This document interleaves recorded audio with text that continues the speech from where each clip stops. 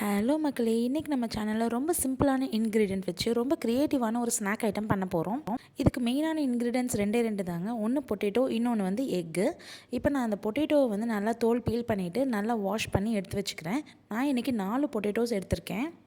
இப்போ நான் இந்த பொட்டேட்டோஸை வந்து கிரேட்டரில் இந்த மாதிரி ஜிக்ஸாக்காக இருக்கும் இல்லையா, அந்த கத்தியில் வந்துட்டு நான் நல்லா துருவி எடுத்துக்கிறேங்க.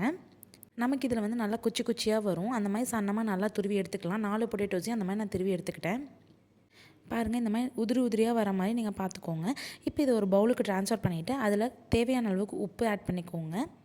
2 டேபிள் ஸ்பூன் அளவுக்கு கார்ன்ஃப்ளவர் மாவு ஆட் பண்ணி கொஞ்சமாக பெப்பர் ஆட் பண்ணி அதை நல்லா பெரட்டி விட்டுறேன் நான்.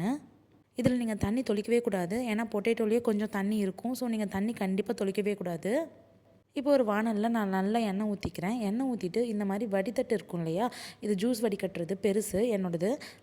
அதில் வந்துட்டு ஃபுல்லாக ஸ்ப்ரெட் ஆகுற மாதிரி நம்ம இந்த மாதிரி ஃபுல்லாமே நல்லா ஸ்ப்ரெட் பண்ணி விட்டுடலாம். பொட்டேட்டோஸை நல்லா மொத்தமான லேயராகவே நம்ம வந்து தட்டி வைக்கலாம். இந்த மாதிரி ஃபுல்லாக ஸ்ப்ரெட் பண்ணிடுறோம். இப்போ அந்த ஆயில் நல்லா சூடானக்கப்புறமேட்டு அதுக்குள்ளார இதை நான் வந்து வச்சு ஃப்ரை பண்ணுறேங்க.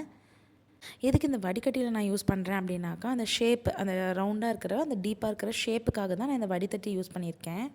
இப்போ நான் அந்தளவுக்கு நிறையா ஆயில் ஊற்றலை. ஸோ அது வந்து ஆயில் முண்டு ஊற்றி நான் இந்த மாதிரி நல்லா டீப் ஃப்ரை பண்ணிக்கிறேன். அது நல்லா ப்ரௌனிஷ் ஆகிடுச்சு இப்போ எனக்கு.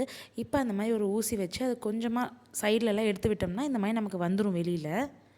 இப்போ பாருங்கள், அழகாக ஒரு பவுல் ஷேப்புக்கு நமக்கு வந்துருச்சு. இதை பார்க்கும்போது ஒரு பேர்டோட நெஸ்ட் மாதிரியே இருக்குல்ல. ஸோ இது வந்து கிட்ஸ் எல்லாம் விரும்புகிற மாதிரி ஒரு க்ரியேட்டிவான ஸ்நாக்காக இருக்கும். இப்போ இதை மட்டும் நம்ம வந்து கிட்ஸுக்கு சர்வ் பண்ணாமல் அதுக்குள்ளார 2-3 கொத்தமல்லி இலையை வச்சிடுறேன். இது வந்து டெக்கரேட்டிவ்க்கு தான், பட் அதையும் அந்த கிட்ஸு சேர்த்து சாப்பிடும்போது அவங்களுக்கு ஏதோ ஒரு எனர்ஜி கிடைக்கும் இல்லைங்களா. இப்போ இதுக்குள்ளார வந்து நான் பாயில் பண்ணி ஆல்ரெடி எடுத்து வச்சுருக்கேன் எக்கு. அந்த எக்கை வந்து நான் இதில் வச்சிடுறேங்க. இப்போ ஈவினிங் ஸ்கூல்லேருந்து வந்தக்கப்புறம் இந்த மாதிரி ஒரு க்ரியேட்டிவாக நீங்கள் இந்த ஸ்நாக்கு கொடுக்கும்போது அவங்க ரொம்ப விருப்பப்பட்டு அந்த பொட்டேட்டோவையும் சாப்பிடுவாங்க, அந்த எக்கையும் அவங்க சாப்பிட்டு முடிச்சிடுவாங்க. ஸோ இந்த மாதிரி க்ரியேட்டிவான ஹெல்த்தியான ஸ்நாக்கை நீங்கள் வீட்டில் ப்ரிப்பேர் பண்ணி பாருங்கள். உங்களுக்கு இந்த ஸ்நாக் எவ்வளோ க்ரியேட்டிவாக வந்துச்சுங்கிறத எனக்கு கமெண்ட் பாக்ஸில் சொல்லுங்கள். இந்த வீடியோ உங்களுக்கு பிடிச்சிருந்தால் லைக் பண்ணுங்கள், ஷேர் பண்ணுங்கள். நம்ம சேனல் இது வரைக்கும் சப்ஸ்கிரைப் பண்ணாதவங்க மறக்காமல் சப்ஸ்கிரைப் பண்ணிக்கோங்க. தேங்க்யூ.